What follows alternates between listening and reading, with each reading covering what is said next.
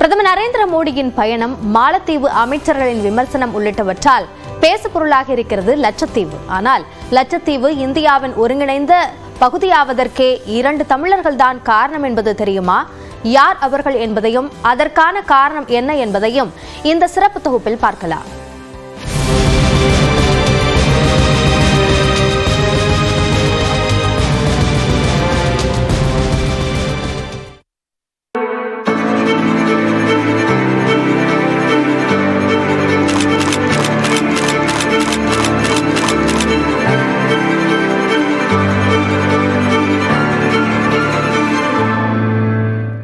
புத்தாண்டு தொடங்கிய போதே தனக்கான புதிய அத்தியாயத்தை எழுத தொடங்கிவிட்டது லட்சத்தீவு. இதனை தொடங்கி வைத்தவர் பிரதமர் நரேந்திர மோடிதான். லட்சத்தீவு பயணம் குறித்த பிரதமர் மோடியின் வீடியோ அண்டை நாடான மாலத்தீவில் 3 அமைச்சர்களை இடைநீக்கம் செய்யும் அளவிற்கு அந்நாட்டு அரசியலை புரட்டி போட்டுவிட்டது. அரசியல் தலைவர்கள், நடிகர்கள், விளையாட்டு வீரர்கள் என்று பலரும் லட்சத்தீவு குறித்து பதிவிட கூகுளில் அதிகம் தேடப்பட்ட வார்த்தையானது லட்சத்தீவு.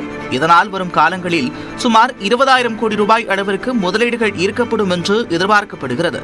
இப்படி கடந்த சில தினங்களில் உலகின் கவனத்தை ஈர்த்த லட்சத்தீவு ஒருங்கிணைந்த இந்தியாவுடன் இணைந்தது 1947 தான்.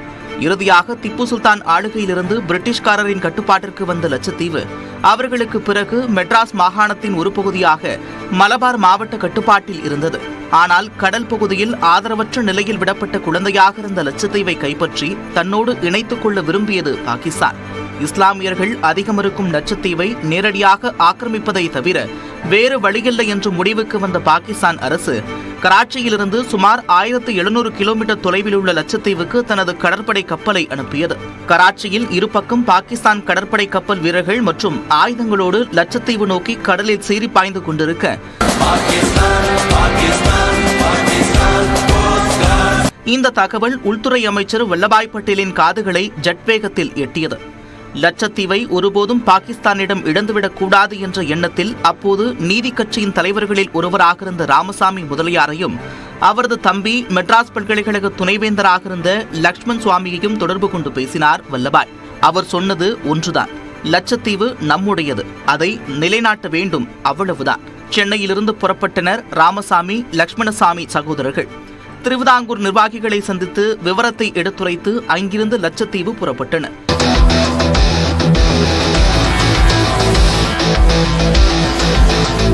ஒரு பக்கம் போலீசார் குவிக்கப்பட்ட நிலையில் லட்சத்தீவில் மூவர்ண கொடியை பறக்க விட்டனர். பட்டொளி வீச பறந்த இந்திய கொடியை பார்த்ததும் பாகிஸ்தான் கடற்படை ஏமாற்றமடைந்தது.